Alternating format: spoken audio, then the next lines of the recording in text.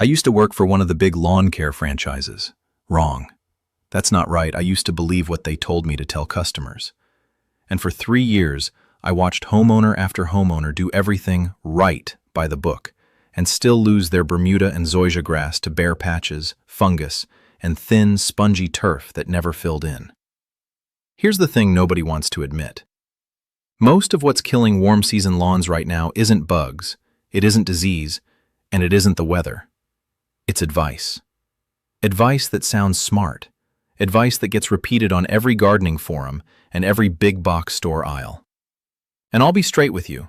Some of it was designed to keep you buying more product, not to keep your lawn alive. Today, I'm walking you through the 10 mistakes I see over and over, the ones quietly wrecking warm season turf all across the country. Trust me on this one. Number 8 is the one that made me furious when I finally figured it out. I'm Harry, and this is Lawn Care. Let's get into it. Mistake 1.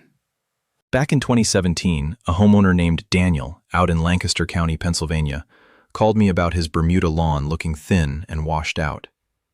He was mowing at 3.5 inches, standard fescue height. Wrong. Bermuda wants 1 to 2 inches. Zoysia can go a little higher, 2 to 2.5. These are lateral grasses. They spread by rhizomes and stolons crawling across the ground. And when you mow too high, you shade out that lateral growth. You build up thatch, and you open the door for weeds to move in underneath. Mow low, mow often during the growing season, and your turf will thank you. Mistake 2. Here's one that goes against everything you'd assume. Watering every single day sounds like love. It's actually punishment. Daily shallow watering trains roots to stay near the surface, sometimes never going deeper than an inch, which means the first hot, dry week of summer, your lawn falls apart. Researchers at Texas A&M have shown deep, infrequent irrigation, about 1 inch of water once a week, pushes roots downward and builds real drought tolerance. Let the soil dry out between waterings. That stress is what makes the grass strong. Mistake 3. There are 2 windows where people get this wrong, and I've seen both wreck a lawn. Fertilizing too early in spring, before soil temps hit around 65 degrees at a couple inches deep, means the roots aren't even taking up nutrients yet. You're just feeding weeds. And fertilizing too late in fall, inside that 6 to 8 week window before your first frost, pushes tender new growth right into the cold. Iowa State turf researchers have long recommended switching to potassium in fall instead of nitrogen. It toughens the plant up for winter instead of setting it up to get hurt. Mistake 4. Bermuda and Zoysia build thatch faster than almost any turf I've worked with. A little thatch, under 1/2 inch, is fine. Past that, water can't reach the roots, fertilizer just sits on top doing nothing, and fungal disease loves that warm, damp layer. You don't need a fancy verticutter. A stiff leaf rake will pull a shocking amount of thatch out of a home lawn. Do it once every year or 2. This isn't optional. Skip it, and everything else you do is wasted money. Mistake 5. Late winter, right before green-up, drop your mower down low and scalp off that dead tan top growth. It does 2 things.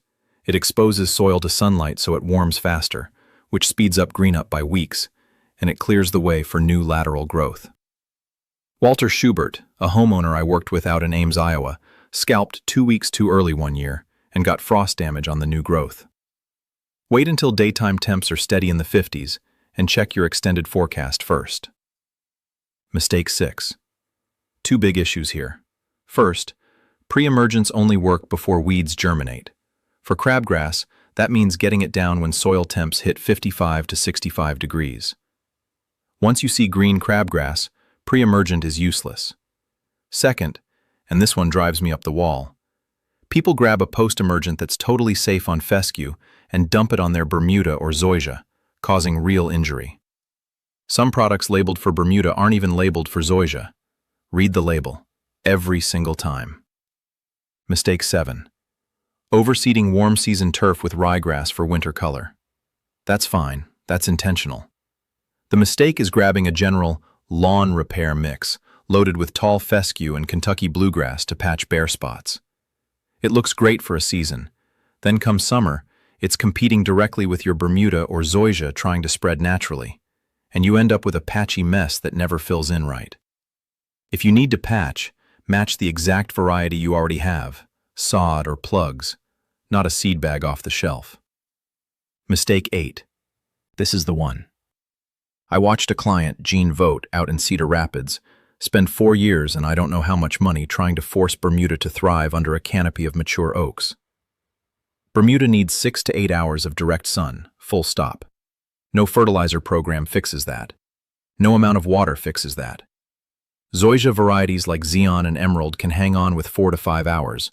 So if you've got shade and you're committed to warm season turf, that's your move. If it's too shady even for that, it's time to accept a ground cover instead of fighting a battle you can't win. Mistake 9. Cornell and Penn State soil scientists have both flagged this as one of the most overlooked issues in turf care. Zoysia and Bermuda want a pH around 6.5. Once soil drops below 5.5, common across the southeast from rainfall leaching, nitrogen, phosphorus, and potassium become chemically locked up in the soil, even when they're technically present. You can dump premium fertilizer on a lawn all season and see nothing change because the pH is wrong. A $15 soil test tells you exactly where you stand. Apply lime in fall so it has all winter to adjust the soil before spring green-up. Mistake 10. I get the logic. You're home from work, so you water. Wrong move.